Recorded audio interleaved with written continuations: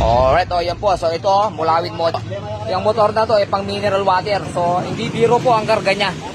Okay? So si Idol, so no change talaga daw. Gusto na niyang pagawa. So nandito na lang, hindi na makalis. Pag cambio mo ha, takbo na lang nito, Jess. Okay? So yan po, upod yung lining o ubos oh. Tapos yung lines nito, nagputik na. Alright. So sabi ko kay Idol, mag-stop pati clutch hub mo, tamado na. Ayan po oh. So pagbukas nga yun, tamado yung clutch hub. Pagkabilaan po, ay, lalim na oh.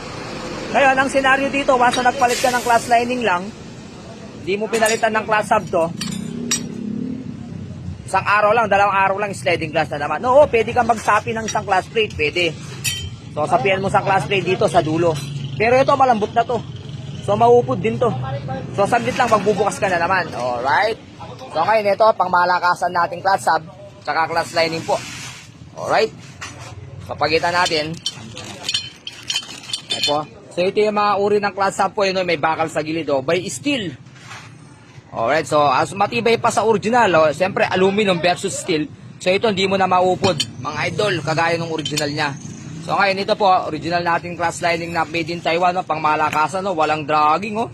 Alright, ayan po, so salpakan na lang ng clutch lining natin pang malakasan at saka clutch hub natin pang malakasan oh, with steel. Walang kapudpod.